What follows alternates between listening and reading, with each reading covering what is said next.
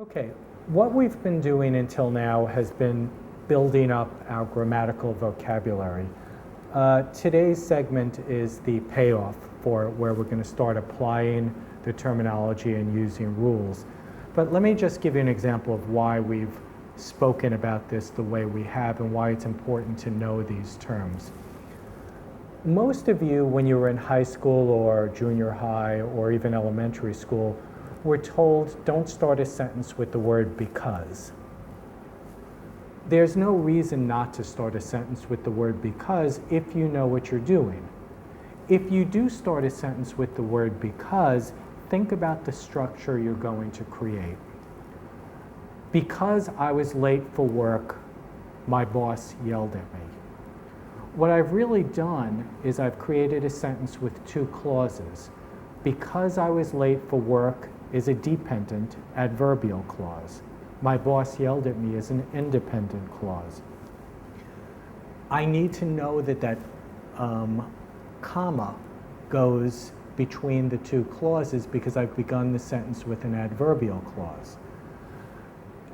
When your teachers tell you don't start a sentence with the word because, what they have in mind is write simpler sentences, write sentences that have one clause rather than multiple clauses because punctuating them is easier.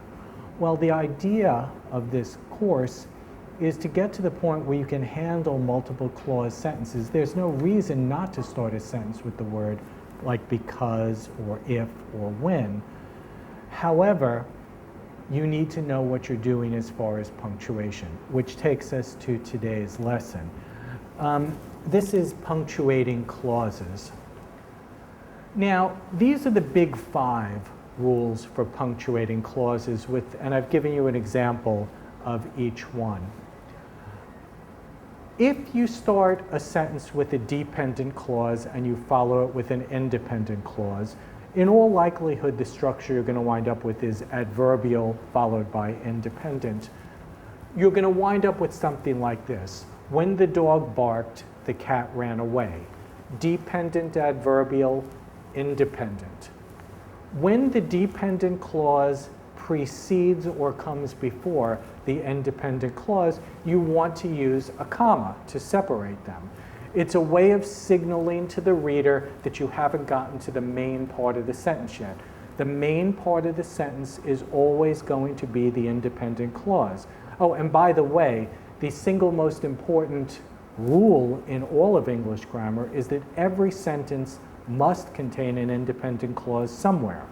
You notice if you stopped at the dependent clause, you'd have when the dog barked. You'd have a fragment. When the dog barked, the cat ran away is a whole sentence because it has an independent clause. When a dependent clause comes before the independent clause, you need the comma. On the other hand, if the dependent clause is adverbial and it can move, it can flip to the end of the sentence, you're not going to need a comma. The dog barked is independent.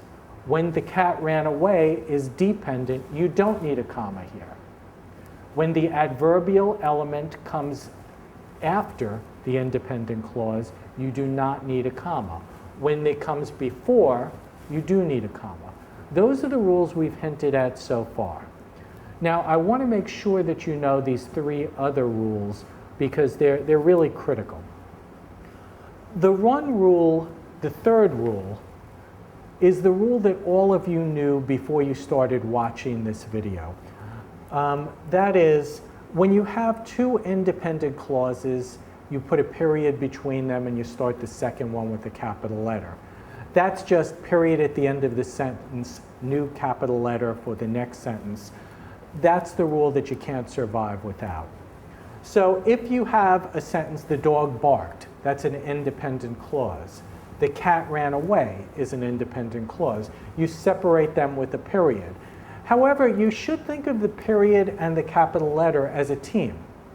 If you put the period and you forget to capitalize that T, it's a mistake. If you put the capital T but you forget the period, it's a mistake.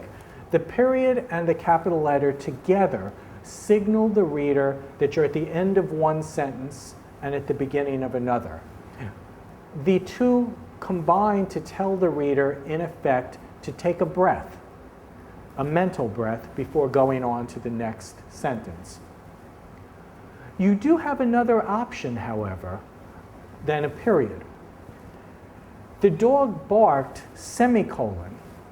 The cat ran away. The rule for a semicolon is actually the same as the rule for a period. You can use a semicolon if you have independent clauses on both sides. That's the same as the rule for a period. Now, the obvious question then is, if both pieces of punctuation are covered by the same rule, why would you ever use a semicolon? Remember that punctuation is just a signal to the reader. A semicolon sends a slightly different signal than a period does. A period tells the reader, take a mental breath. A semicolon tells the reader, take a mental breath, but while you're taking the mental breath, don't forget the first independent clause because it's closely related to the second independent clause. That's also signaled by the fact that you don't use a capital letter after a semicolon. A semicolon, because it asks the reader to remember this while he's reading this, asks more of a reader than a period does. That should tell you how often you use a semicolon, which is sparingly. You don't want to use a semicolon too often because you're asking the reader to do more than just take a mental breath. What will happen is if you use too many semicolons, if you use more than like 3 or 4 of them on a given page, the reader will stop paying attention. It'll become like the boy who cries wolf. He'll start to read your semicolons as if they were just periods, and then when you really want him to pay attention to the closeness of the two sentences, he's going to miss it. So semicolons are to be used sparingly. Don't overuse them. The last rule, the 5th rule, is the one that probably messes up more people than any other rule in English grammar. And that is the comma plus the coordinating conjunction. It's sometimes called the comma fanboys rule. If you have an independent clause, like the dog barked, and you follow it with another independent clause, the cat ran away, you can separate it with a comma as long as you add a coordinating conjunction. And is a coordinating conjunction. If you leave out the comma and you just have one independent clause and another independent clause with just the and, you're creating a run-on. If you leave out the and you just have a comma between two independent clauses, you're creating something called a comma splice. The two of them together equal a period. We'll stop at this point.